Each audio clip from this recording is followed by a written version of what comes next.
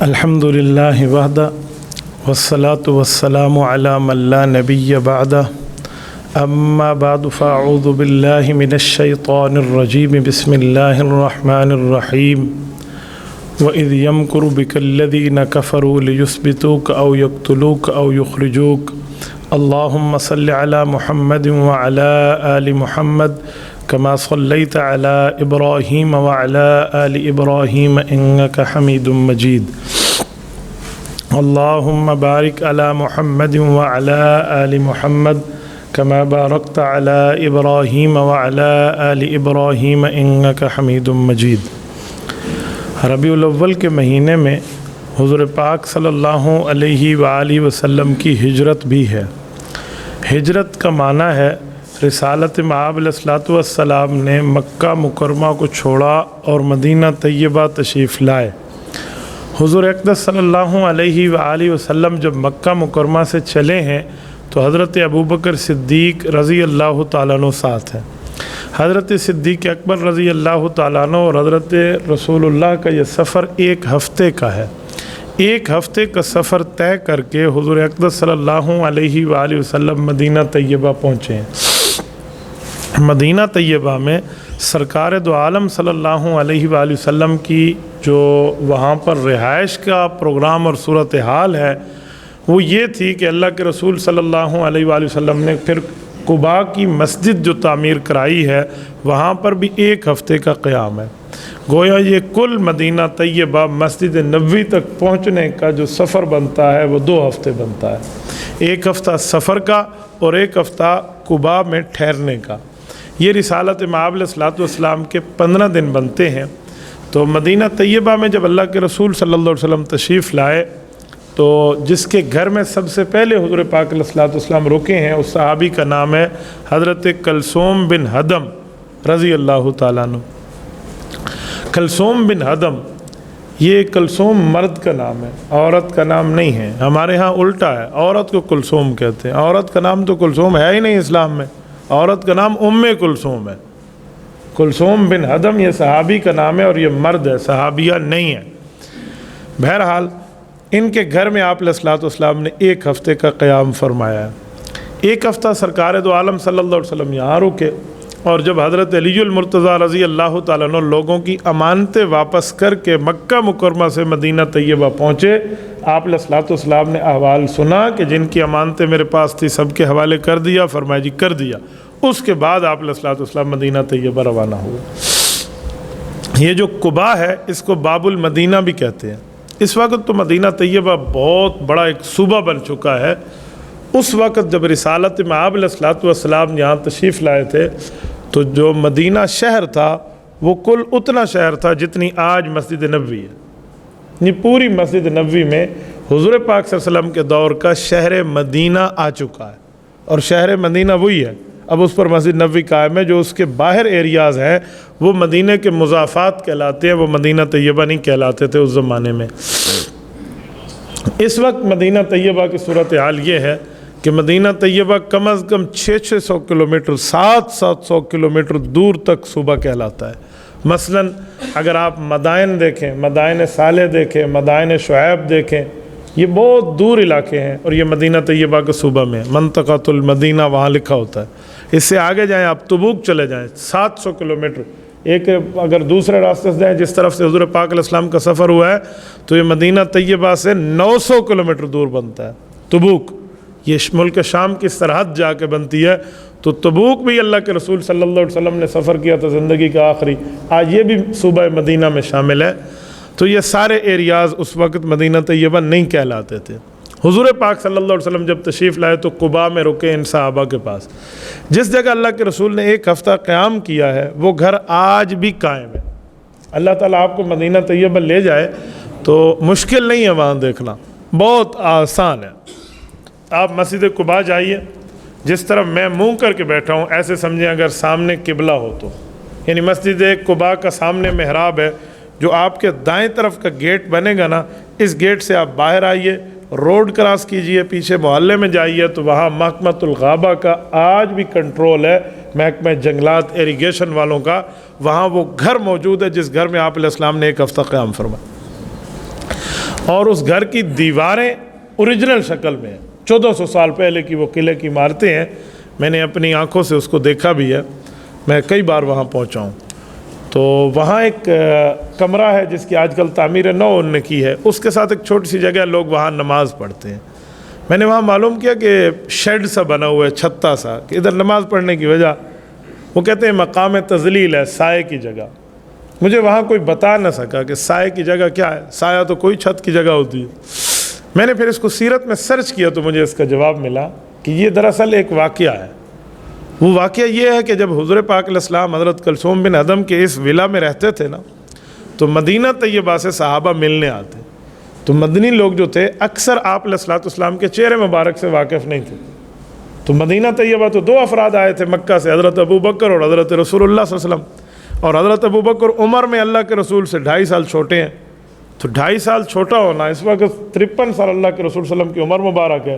حضرت صدیق اکبر کی کوئی 50 سال بنتی ہے. تو یہ بالکل قریب قریب ہے نا، فرق نہیں لگتا تھا. تو لوگ پہلے آ کر حضرت ابو بکر صدیق کو ملتے، ہاتھ ملاتے، ہاتھ چومتے، بھائی یہ ہمارے نبی پاک ہے. بعد میں بتایا جاتا ہے کہ آپ علیہ الصلوۃ والسلام، حضرت ابو بکر صدیق فرماتے ہیں کہ مجھے یہ اندر سے ایک عجیب فیلنگ ہوئی کہ میری عزت ہو رہی ہے حضور علیہ السلام کی موجودگی میں. تو حضرت صدیق اکبر رضی اللہ عنہ جو اوپر چادر پہنی ہوئی تھی نا، تو یہ کھڑے ہو گئے اور انہیں چادر اتاری اور اتار کر اللہ کے رسول پہ سایہ کیا کہ انہیں گرمی نہ لگے، سایہ مل جائے. پھر لوگوں نے پہچان لیا یہ آقا ہیں اور یہ آقا کا خادم ہے. اسے کہتے ہیں تذلیل، سایہ دینا. تو وہ جگہ وہ ہے مقام تذلیل، سایہ کی، ورنہ چھت والی سایہ کی بات نہیں تھی. یہ آج بھی وہاں مقام موجود ہے. 1 ہفتے کا قیام ہے اللہ کے رسول کا. پھر جب حضرت علی المرتضیٰ امانتیں واپس کر کے تشریف لائے تو حضور پاک ان کے ساتھ مدینہ طیبہ اندر شہر آئے ہیں. جب شہر آئے ہیں حضور اقدس صلی اللہ علیہ وآلہ وسلم کا، تو وہاں جہاں مسجد نبوی قائم ہے نا، یہ 2 یتیم بچوں کی جگہ تھی. اور ان کے جو چاچو تھے نا، وہ ان کے نگران تھے. آپ علیہ السلام نے پوچھا کن کی ہے؟ جی سہل اور سہیل 2 یتیم بچے ہیں، ان کے والد فوت ہو گئے ہیں، یہ ان کی ہے. تو فرمایا جگہ ہم خریدنا چاہتے. کہا خریدنا نہیں، آپ لے لیں. کہا یتیم کے مال کو میں نے کھانا نہیں ہے، ہم اس کے پیسے ادا کریں گے. پوری مسجد نبوی کا جو ریٹ اور پیسہ لگا نا، جو قیمت لگی اس زمین کی، تو وہ سارے کے سارا پیسہ حضرت صدیق اکبر رضی اللہ عنہ نے ادا فرمایا تھا. یعنی حضرت صدیق اکبر کے مال کو حضور نے اپنا مال سمجھا تو فرمایا نا کہ ہم ادا کریں گے. تو حضرت ابو بکر صدیق رضی اللہ تعالیٰ عنہ نے ان کا پیسہ عطا فرمایا. یہ مسجد نبوی بن گئی. مسجد نبوی کی تعمیر چل رہی تھی کہ اس دوران جب کھدائی ہوئی تو وہاں سے مشرکین کی ہڈیاں نکلیں، جو مشرکین کے زمانے میں مر گئے تو یہاں دفن ہو. تو آپ علیہ السلام نے فرمایا مشرکین تو نجس ہیں، لہٰذا ان کی ہڈیاں بھی یہاں سے نکال دو، اس جگہ کو صاف اور پاک کر دیں. بالکل ان کی ہڈیوں کو نکال کر، صحیح بخاری میں نوبشت نکال کر ایک دوسری طرف پھینک دیا گیا.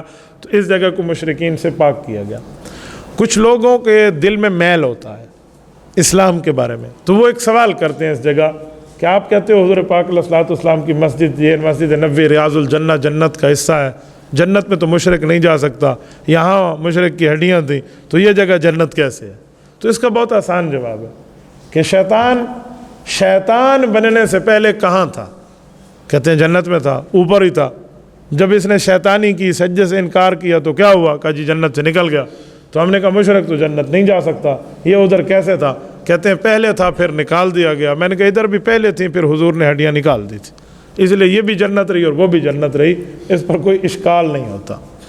دوسری بات، حضور علیہ الصلوۃ والسلام نے یہاں تعمیر کرائی ہے، یہ مسجد نبوی ہے. اس کے قریب اللہ کے رسول صلی اللہ علیہ وسلم کے گھر مبارک ہے.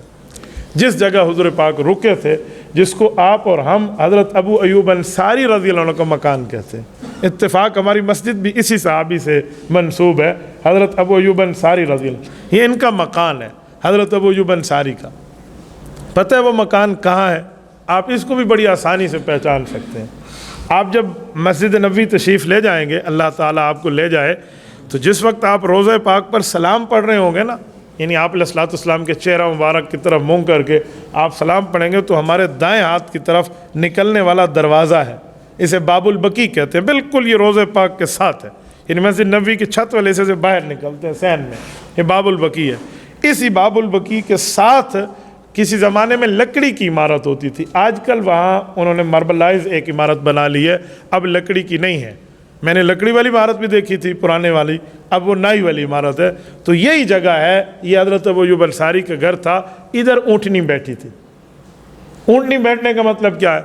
آپ علیہ الصلوۃ والسلام جس اونٹنی پر سوار تھے نا، تو مدینہ کے لوگ آتے اور وہ مہار پکڑ کہتے کہ رسول اللہ آپ ہمارے یہاں رہیں۔ حضور پاک علیہ الصلوۃ والسلام ان کو فرماتے کہ یار میں اپنی مرضی سے نہیں رہنے آیا۔ تو یا رسول اللہ آپ کس کی مرضی سے؟ فرمایا اللہ تعالیٰ کے حکم کی پابند ہے میری یہ اونٹنی، یہ جس گھر کے سامنے بیٹھ جائے گی نا اور پھر اٹھے گی نہیں، اس کا مطلب ہے کہ یہ وہی گھر ہے جس جگہ مجھے اللہ نے رہنے کا حکم کیا۔ راستے میں ایک جگہ اونٹنی بیٹھی تھی، آپ علیہ السلام اترنے لگے تو وہ پھر کھڑی ہو گئی۔ پھر حضور نے فرمایا دعوہا فإنہا مأمورہ، اب اس کو چھوڑ دو، اب رسی نہ پکڑو، یہ اللہ کے حکم کی پابند ہے۔ تو حضرت ابو ایوب انصاری کا اصل نام ہے حضرت خالد، ابو ایوب ان کی کنیت ہے، خالد نام ہے رضی اللہ عنہ۔ ان کے گھر کے سامنے بیٹھ گئی، مختصر فیملی تھی، میاں بیوی غالباً ایک بچہ اور ایک ان کی والدہ تھی، بالا خانہ ان کا بنا ہوا تھا۔ تو انہوں نے عرض کیا کہ یا رسول اللہ آپ اوپر کی منزل میں رہیں، ہم نیچے کی منزل میں رہیں گے۔ آپ علیہ السلام نے فرمایا ابو ایوب میں اگر اوپر رہوں میرے پاس مہمان آئیں گے، صحابہ ملنے، تو آپ کے گھر سے پردہ پھر سیڑھی چڑھ کے اوپر، تو آپ کے گھر کو تکلیف ہوگی، آپ اوپر کی منزل میں بالا خانے میں رہیں، ہم نیچے رہیں گے۔ تو انہوں نے عرض کیا کہ یا رسول اللہ میں آپ کی موجودگی میں اوپر رہوں تو یہ تو ادب کے خلاف ہے۔ فرمایا میں آپ کو اجازت دے رہا ہوں آپ نے اوپر رہنا۔ حضرت ابو ایوب انصاری اوپر تشریف لے گئے۔ اس زمانے کی جو تعمیر تھی نا، وہ اس طرح RCC کی سیمنٹڈ چھتیں نہیں ہوتی تھی۔ اس زمانے کی چھتیں ہوتی تھی نا، وہ کھجور کی یہ جو شاخیں ہیں نا، کھجور کے پتے، ان کو رکھ کر نا اس پر چونا وغیرہ ڈال کے چھت کی ترتیب ہوتی تھی۔ ایک رات حضرت ابو ایوب انصاری رضی اللہ تعالیٰ عنہ کی غالباً ان کا یا پتہ نہیں گھر والی کا پاؤں لگا، تو جو گھڑا پڑا تھا نا پانی کا وہ ایسے بہہ گیا۔ اب قریب تھا کہ وہ چھت رسنے لگتی، آپ علیہ السلام نیچے آرام فرمائے تو رسالت مآب کا آرام خراب ہو، تو ان میاں بیوی نے اپنے ٹھٹرتی سردی میں کمبل اتارا اور اس پانی کے اوپر رکھ دیا تاکہ یہ پانی کو سک کر لے، چوس لے اور آپ علیہ السلام تک ایک قطرہ نہ جائے۔ ان نے سردی میں رات گزاری ہے، لیکن اس قربانی پہ آج بھی ابو ایوب انصاری کو دنیا سلامی عقیدت پیش کرتی ہے۔ ابو ایوب انصاری رضی اللہ تعالیٰ عنہ کی قبر مبارک ہے ترکی میں۔ میرے ترکی کے کئی سفر ہوئے ہیں اسی خواہش میں کہ حضرت ابو ایوب انصاری کو سلامی پیش کروں۔ میں نے الحمدللہ وہاں 2 3 4 بار حاضری دی ہے۔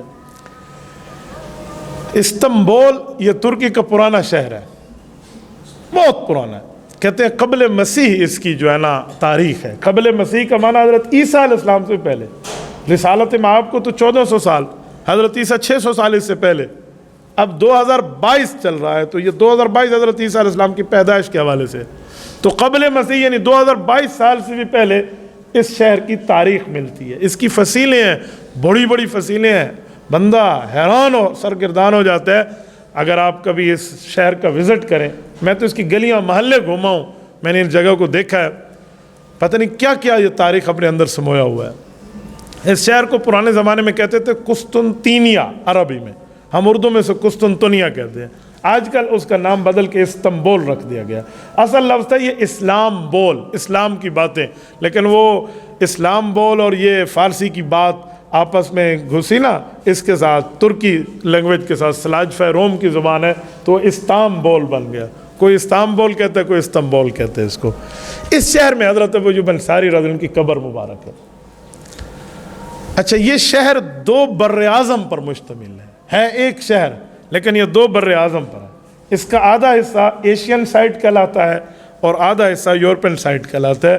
براعظم یورپ اور براعظم ایشیا کا سنگم ہے، یہ اس کی لائن آف کنٹرول ہے، اس کی سرحد ہے، بارڈر ہے، یعنی 2 براعظم یہاں مل رہے ہیں۔ اسے گیٹ آف یورپ بھی کہتے ہیں کہ یہاں سے یورپ میں انٹری بندہ مار سکتا ہے۔ تو یہ جگہ ہے، اس جگہ حضرت ابو ایوب انصاری کی قبر ہے کہ حدیث پاک میں ہے، حضور پاک صلی اللہ علیہ وسلم نے فرمایا، صحیح بخاری کی حدیث ہے، اول جیش من امتی، کہ میری امت کا پہلا لشکر جو جائے گا، یغزون مدینہ قیصر مغفور اللہ، جو قسطنطنیہ پہ چڑھائی کرے گا، مدینہ قیصر اسے کہتے تھے، یہاں قیصر روم رہا کرتا تھا، اس کے شہر پہ فرمایا وہ بخشا ہوا ہے۔ تو یہ لشکر جو آیا تھا یہ حضرت معاویہ رضی اللہ تعالیٰ عنہ کے دور میں آیا ہے۔ اس میں حضرت ابو ایوب انصاری شامل ہیں، حضرت امام حسن شامل ہیں، حضرت امام حسین شامل ہیں رضی اللہ عنہم۔ یہ آیا صوفیہ جائیں تو آج بھی وہاں ان کے نام مبارک لکھے ہوئے موجود ہیں۔ حضرت ابو ایوب انصاری نے فرمایا تھا کہ میرا اگر انتقال بھی ہو جائے نا، بیمار تھے، کہ مجھے ان کافروں کے علاقوں میں جا کر دفن کر کے آنا، کیونکہ میں جب تک ہوں تو اللہ کے دین کے پہنچانے کے لیے جتنا سفر کر سکتا ہوں کر لوں۔ بعض روایات میں ہے کہ جس کو اللہ کے راستے میں موت آ جائے نا، جس جگہ اس کی قبر ہے اس جگہ سے لے کر اس کے گھر تک کا جتنا فاصلہ ہوگا نا، اللہ اتنے بڑے بے جوڑ موتی کا محل اسے جنت میں دے گا۔ یعنی ابو ایوب انصاری کا محل 2 بر اعظم پر مشتمل ہوگا۔ آپ اندازہ لگیں ان کی قربانی، غالباً کہتے ہیں 90 سال کے لگ بھگ ان کی عمر تھی اس وقت، تو ان کی تدفین یہاں ہوئی ہے۔ اس جنازے میں امام حسن اور امام حسین رضی اللہ عنہما کی شرکت بھی ہے۔ میں نے ایک بات وہاں سوچی کہ یہ کس ایریا میں ہے، یورپین سائڈ میں ہے یا ایشین سائڈ میں؟ تو ان کی قبر یورپ سائڈ میں ہے، مرجع الخلائق ہے، وہاں بہت بڑی چیز۔ وہاں آج بھی ایک درخت موجود ہے، وہ درخت کہتے ہیں وہ اسی وقت سے ہے جب حضرت ابو ایوب انصاری رضی اللہ تعالیٰ عنہ کا یہاں تدفین ہوئی تھی، وہ درخت بھی وہاں موجود۔ میری بات کا مطلب یہ حضور پاک علیہ السلام کے میزبان ہیں مدینہ طیبہ کے۔ یہاں میں ایک واقعہ آپ کی خدمت میں عرض کروں، یہ جو ہم کہتے ہیں نا میزبان رسول ہے، اتنی بات ظاہری طور پہ ٹھیک ہے کہ یہ حضور کے میزبان ہیں، انہوں نے اپنا گھر پیش کیا تھا، لیکن اگر ڈیپلی تھوڑی گہرائی کی نظر ہم دیکھیں نا تو یہ میزبان نہیں ہے، یہ مہمان ہے۔ سوال اٹھے گا مہمان تو اللہ کے رسول ہیں، وہ آئے ہیں، یہ مہمان کیسے ہیں؟ میں آپ کی خدمت میں واقعہ عرض کرتا ہوں۔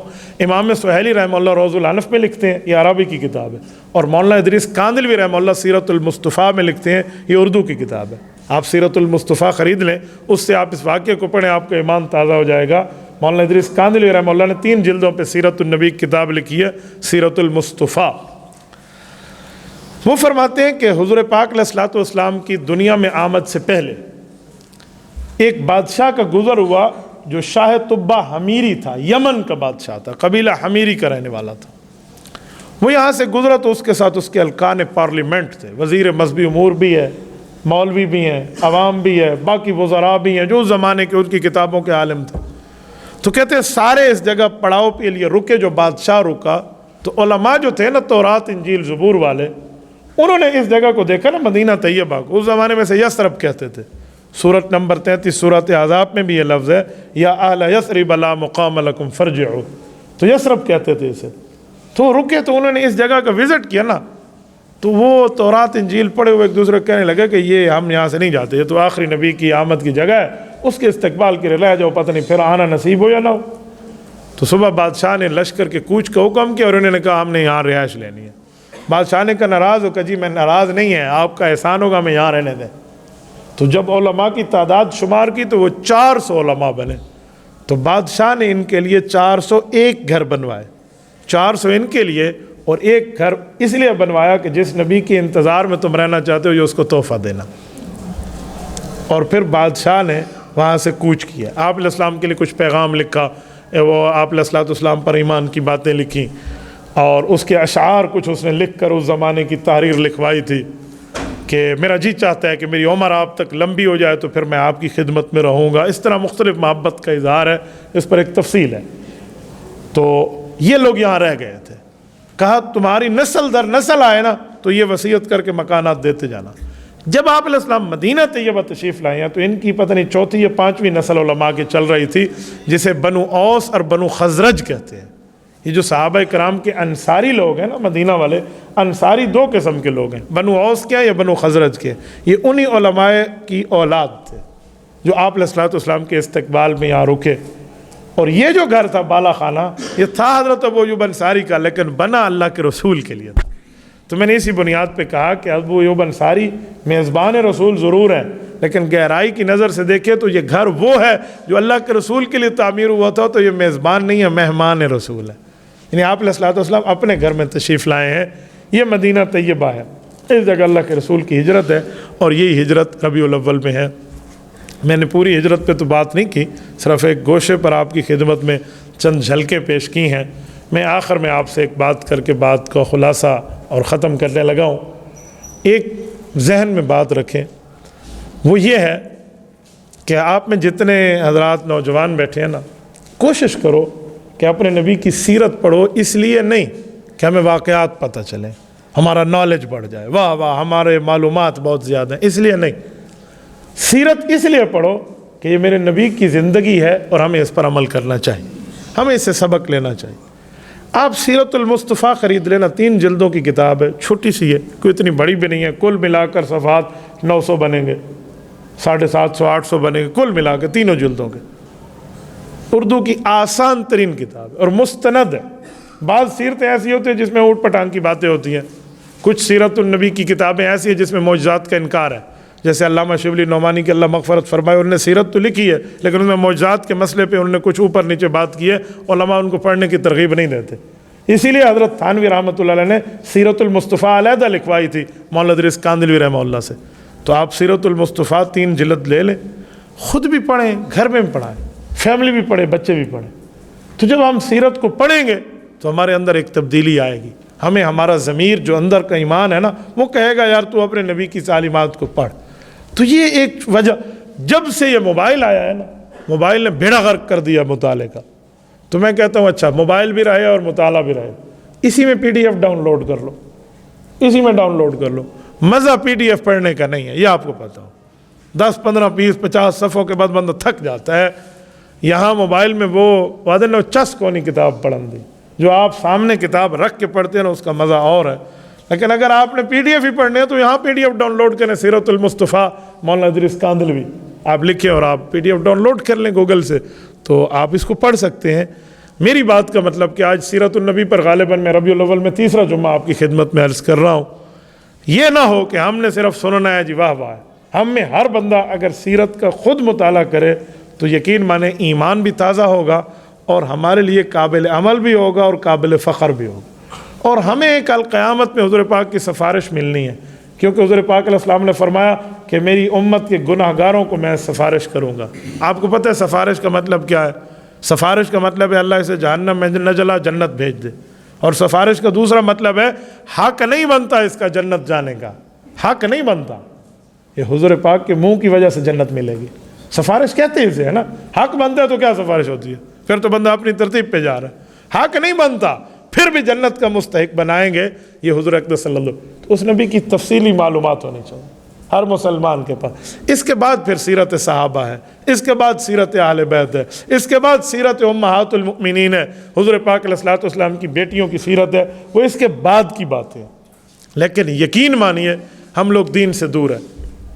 مینا کے خیمے میں میرے والد محترم رحمہ اللہ فرما رہے تھے، اللہ ان کی قبر پہ کروڑوں اربوں رحمتیں نازل فرمائے، کہ خاوند بیوی میرے پاس آئے حج میں، احرام باندھا ہوا ہے، اور مجھے آ کر کہا مولوی صاحب یہ بتائیں یہ نبی اور رسول آپس میں چچا زاد ہوتے ہیں، کزن ہوتے ہیں؟ یعنی جسے اتنا بھی نہیں پتا کہ نبی اور رسول میں آپس میں کیا فرق ہے، ہم کس نام سے مسلمان ہیں؟ اور ماشاءاللہ اللہ پاک نے قبول کیا، آئے ہوئے حج پہ. میں آپ کو واقعات سناؤں آپ حیران ہوں گے. میں ممبر پہ بیٹھا ہوں، میں جھوٹ بولوں اللہ مدد کھینچ لے گا. میرے ایک دوست ہے وہ حج اور عمرے کی ٹریننگ دیتے ہیں. اب میں DA خان میں نام نہیں لیتا، خواہ مخواہ سے مولوی کو دل میں کچھ حوصلہ رکھنا چاہیے، میں کیا کسی کی پردہ دری کروں. ایک صاحب تھے، بزرگ تھے، وہ عمرے پہ جا رہے تھے، یہاں سٹی سے نہیں ہے، ایک دیہات سے ہیں. وہ آئے تو ان کے پاس بھی مجھے آپ عمرے کی تیاری کریں، وہ اس گروپ میں جا رہے تھے. تو انہوں نے ماشاءاللہ اسے تیاری کرائی، پورا مکہ مکرمہ سمجھایا، مینا سمجھایا، مزدلفہ سمجھایا، عرفات سمجھایا کہ ادھر کی صرف زیارتیں ہیں، یہ عمرے میں شامل نہیں ہیں، یہ حج کی ہوتی ہیں. لیکن آپ نے عمرے میں طواف کرنا ہے، سعی کرنی ہے، مقام ابراہیم کے نوافل ہیں، حجر اسود ہے اور آب زمزم ہے، پوری ترتیب سمجھائی. اور پھر مدینہ طیبہ کی 4 زیارتیں مسنون ہیں، مسجد نبوی، جنت البقیع، حضرت حمزہ کی قبر اور مسجد قباء، یہ 4. یعنی اس طرح سمجھائے. ساری باتوں کے بعد وہ بزرگ پتہ کیا کہتے ہیں؟ آپ حیران ہوں گے. یہ ہنسنے کی بات نہیں ہے جو میں کرنے لگا، یہ رونے کا مقام ہے. وہ پوچھتا ہے مولوی مدثر میں کوئی گال تو دس، یہ جڑا ساوا روزہ ہے اندے تے سارے نبی دی قبر، یہ جڑا کالا روزہ ہے اندے تے اللہ دی قبر ہے. وہ کہتے ہیں جو سبز گنبد ہے اس میں تو اللہ کے رسول صلی اللہ علیہ وسلم قبر ہے، یہ جو کالا روزہ ہے یعنی بیت اللہ، اس میں ہمارے اللہ کی قبر ہے. یہ پوچھنے والا مسلمان ہے، اسلامیہ جمہوریہ پاکستان کا سٹیزن ہے اور جا عمرے پہ رہا ہے. تو جب ہماری معلومات کا انحطاط کے یہ عالم ہوگا، ہم اس نہج پر جا کر گفتگو کریں گے اچھا جب میں یہ باتیں سناتا ہوں پھر کچھ لوگ پوچھنے میں شرم کرتے ہیں، میں کہتا ہوں شرم کبھی نہ کرنا، ڈاکٹر کے سامنے شرم کرو گے جان کا نقصان ہے، اور دین کے مسئلے میں عالم کے سامنے پوچھتے ہوئے شرم کرو گے ایمان کا نقصان ہے۔ ہم جان کا نقصان تو نہیں برداشت کرتے، ڈاکٹر کو سب کچھ بتاتے ہیں، ایمان کے نقصان پہ یہ شیاب ہے، ٹھیک ہے صاحب، یہ سستیاں ختم کریں، یہ بالکل اپنی ترتیب ختم کریں۔ آج رب کریم نے آپ کو وقت دیا ہے تو آپ مجھ سے کم از کم یہ بات وعدہ نہ کریں تو ارادہ تو کریں کہ ہم سیرت کو پڑھیں گے، جتنے ساتھی بیٹھے سب ساتھی ارادہ کرتے ہیں نا کہ ہم سیرت کی کتب خریدیں گے اور سیرت النبی کو پڑھیں گے، پڑھو گے انشاءاللہ؟ جتنے ساتھی بیٹھے ہیں، میں ہاتھ اس لیے آپ سے اٹھوا رہا ہوں کہ ارادہ کرنے پر رب کریم ایسی نعمت عطا فرماتے ہیں کہ اس پر اللہ پاک قبولیت فرماتے ہیں۔ جتنے دوست ہیں خود بھی پڑھیں گے اور اپنے گھر بھی پڑھائیں گے، اپنی فیملی کو بتائیں گے۔ تو سیرت المصطفیٰ چھوٹی سی سیرت النبی کی کتاب ہے، 3 جلدوں میں، اتنی کوئی بڑی بات نہیں ہے، آپ اس کا مطالعہ کریں، ضروری نہیں آپ ایک دن میں ختم کر لیں، لیکن اس کے سامنے کیٹلاگ ہے، فہرست ہے، آپ وہاں سے چوز کریں اپنا عنوان اور اس کو پڑھیں اور سمجھیں، اس نیت سے نہیں کہ ہمارے پاس نہ لے جائے، اس نیت سے کہ ہم اپنے نبی کی سیرت کو اپنانا چاہتے ہیں۔ نالج کے لیے پڑھیں گے تو پھر دوسرے کے سنانے کے لیے بندہ پڑھے گا نا، اس کو سناؤں گا، اس کو سناؤں گا، اس کو سناؤں گا، پھر اپنے آپ کو بندہ بھول جائے گا۔ فَتَنْسَوْنَ أَنفُسَكُمْ وَأَنْتُمْ تَتْلُونَ الْكِتَابَ، قرآن کہتا ہے دوسروں کو اچھائی بتاتے ہو اپنے آپ کو بھول جاتے ہو، تو ہم اپنے آپ کو سامنے رکھ کے پڑھیں گے تو سیرت کی معلومات ہوں گی۔